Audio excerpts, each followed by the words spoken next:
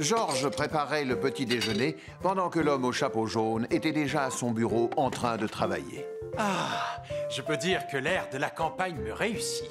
À ce rythme, j'aurai bientôt fini d'écrire le discours en hommage au professeur Wiseman. Son incroyable intelligence, oui. Son esprit logique, pas mal. Son intérêt pour les mammouths... Non, sa passion pour les mammouths. Oui, Georges? Oh, d'accord, je vais prendre une pause pour le petit déjeuner.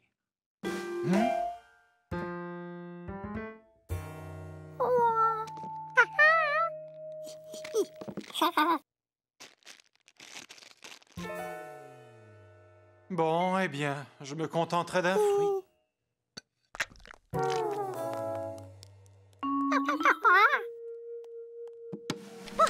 Oh là là! Les placards sont trop petits. À moins qu'on ne fasse trop de provisions. Georges avait encore plus faim, rien qu'à l'idée d'avoir moins de nourriture. Mais comme nous n'avons plus rien pour le petit déjeuner, je vais aller jusqu'à l'épicerie.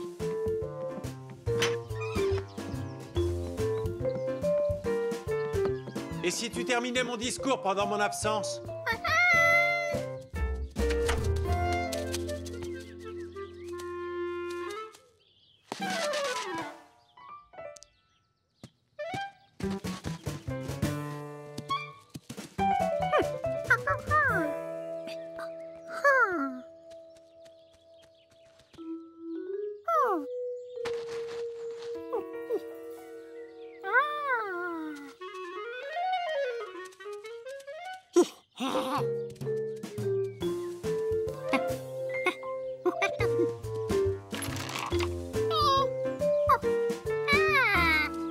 Salut, Georges!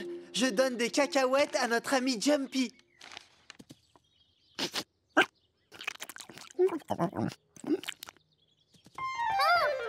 Et il en fait des provisions. Les écureuils cachent leur nourriture dans la terre. Après, quand ils ont une petite faim, il leur suffit de creuser. Enterrer ses provisions, Georges n'y avait jamais pensé. Et ça tombait bien, il avait besoin d'un endroit pour ranger la nourriture.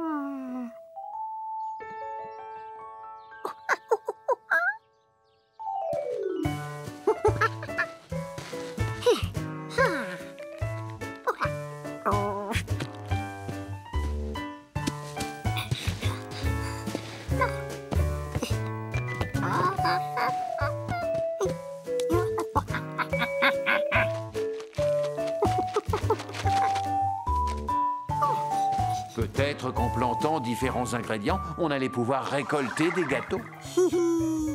Oh! Georges, ces beignets sont absolument délicieux! Ou des plats tout préparés. Georges, on dirait que ce poisson a été pêché ce matin. Et voilà, une fois que j'aurai pris mon petit déjeuner, je pourrai me remettre au travail.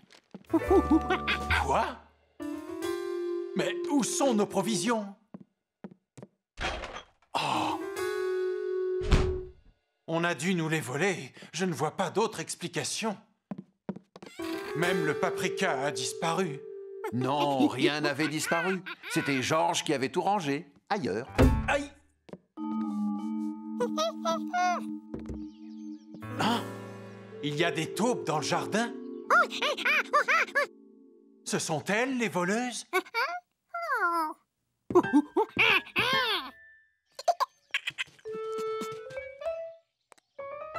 Quoi? C'est Jumpy qui a enterré toutes nos provisions? Oh non! Que peut-il y avoir de meilleur que les bons produits de la ferme? Bonjour, Monsieur Rankins. Ce que Georges aimait par-dessus tout ici, c'était les vaches.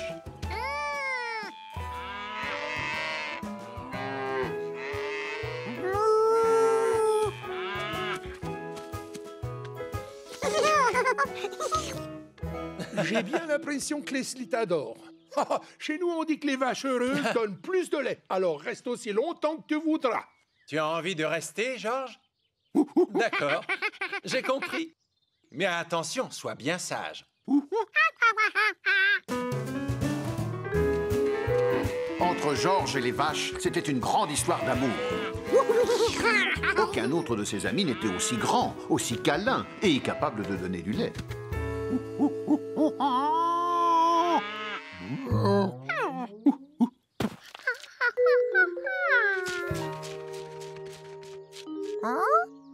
Apparemment, Jumpy avait caché ses réserves de glands un peu partout dans la prairie.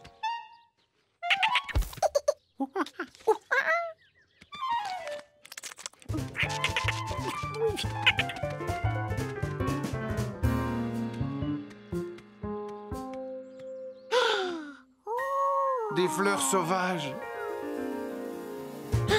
Georges n'avait jamais vu autant de couleurs, sinon dans sa boîte de crayons de couleur. Et il sentait nettement moins bon.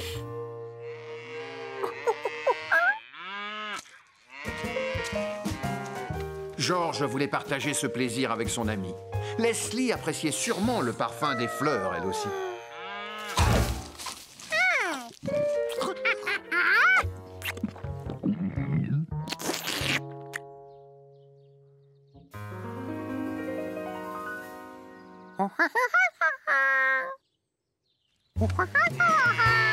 Georges essayait de lui dire « Sois gentille, petite vache ». Mais visiblement, Leslie ne comprenait pas le singe. Georges essaya alors le langage des vaches.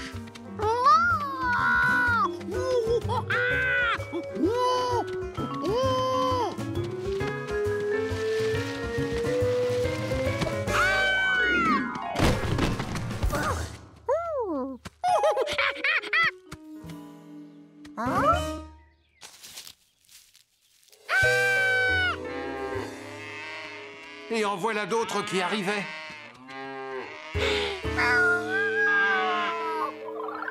Avec ces mangeuses de fleurs, on pouvait s'attendre au pire. Elles allaient tout engloutir jusqu'à la dernière. Georges devait vite intervenir avant que ce tapis de fleurs ne se transforme en un désert.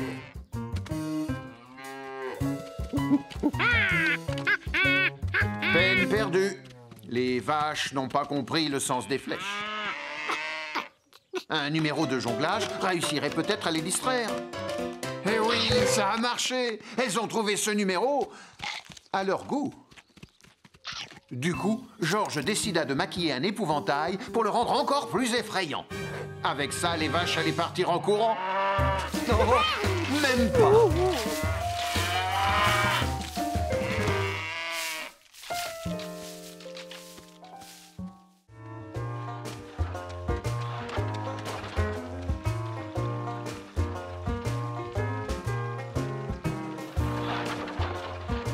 Peter havde så travlt med at komme hjem efter sin båd, at han ikke opdagede, at bæverne havde mindre vand nu. Bæverne vidste, at hvad det end var, der stoppede deres vand, måtte det befinde sig oppe ad åen.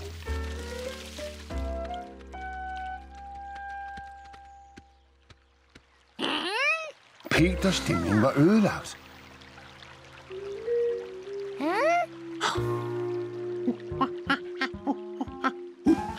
Bæverne, de havde revet det ned.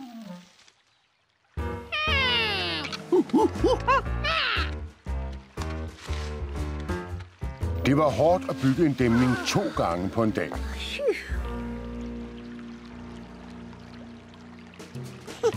Endelig.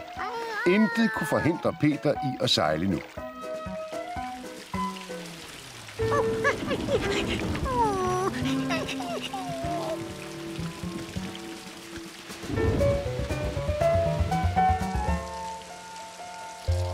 Peter havde ikke noget imod regn. Det betød, at hans dam ville være større, når han skulle vise bilden i morgen.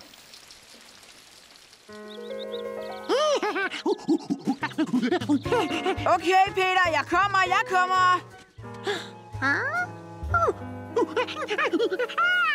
Peter, en dæmning kræver 2 vigtige elementer.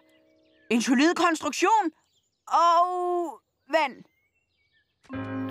Bævere. Selvfølgelig. Det var dem, der stod bag det her.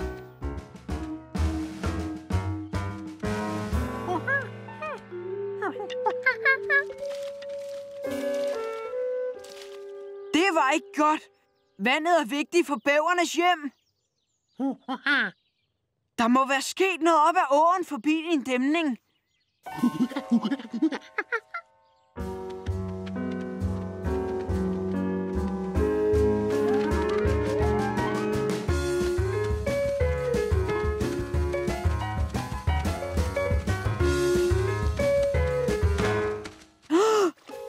Der havde de problemet.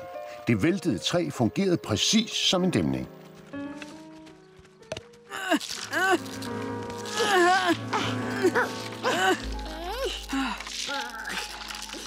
Vi må have fat i en, der er rigtig stærk.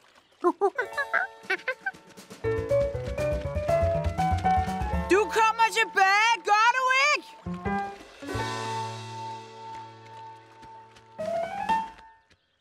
Leslie, der er en autoriseret måde. Jeg står og taler til en ko. Nu!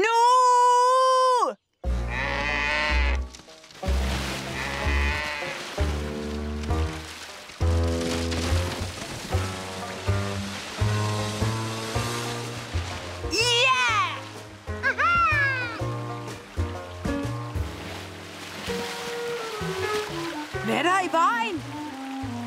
De burde da være glade.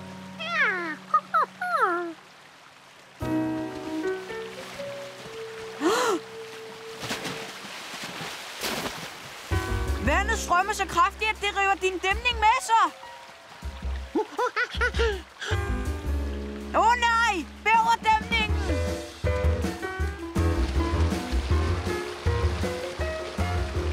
Peter og Bill så, hvordan bæverne arbejdede sammen for at forsvare deres hjem mod de voldsomme vandmasser.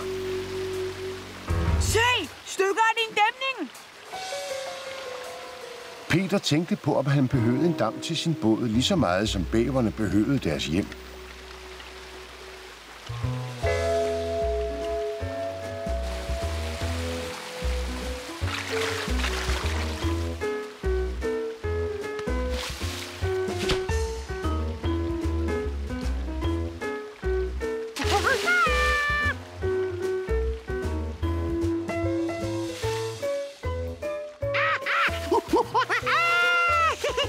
Peter savnede slet ikke sin gamle perfekte dam.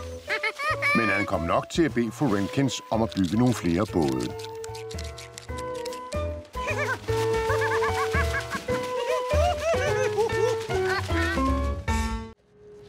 J'avais remarqué que quelqu'un avait laissé ses patins à la boutique. Voilà ce qu'on va faire. Je vais soulever le chariot par les cieux et toi, tu vas le tirer. Cette fois, ça va marcher. Oh, tu sais, parfois, je me trouve super intelligent.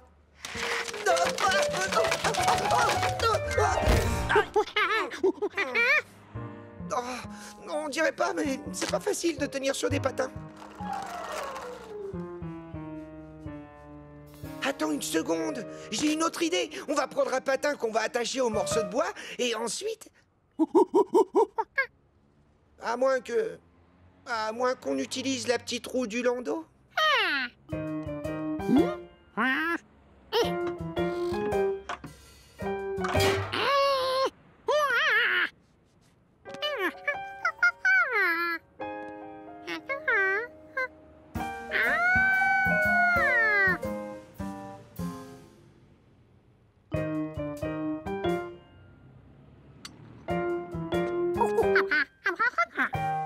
Georges, il faut que tu mettes le...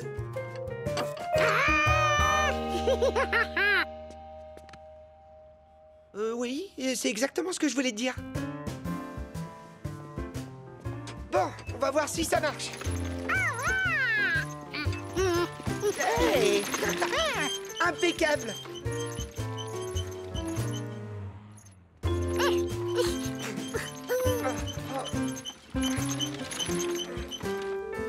Oh, pourquoi il va toujours sur la gauche?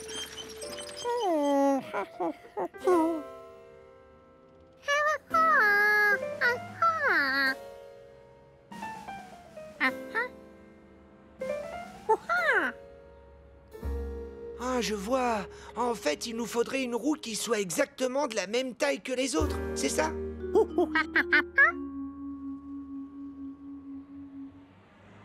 Non.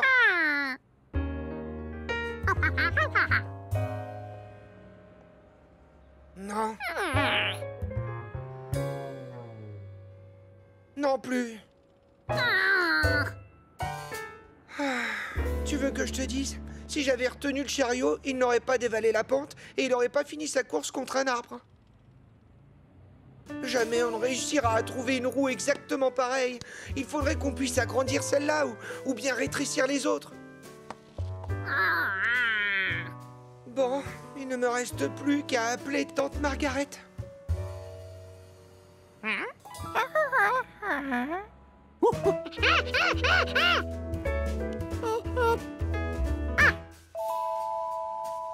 Et alors?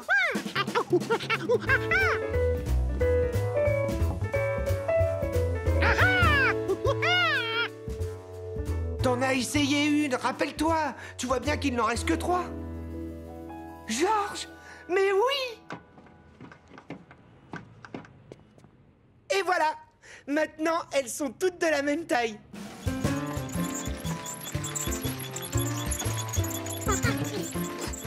Heureusement que tu étais là. Je sais pas ce que j'aurais fait sans toi. Salut! Oh.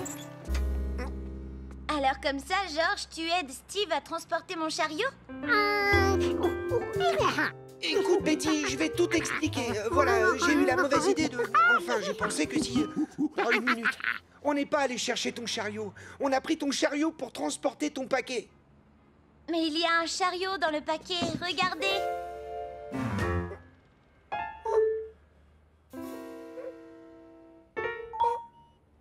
Tante Margaret m'en a acheté un nouveau parce que le vieux n'arrête pas de perdre ses roues.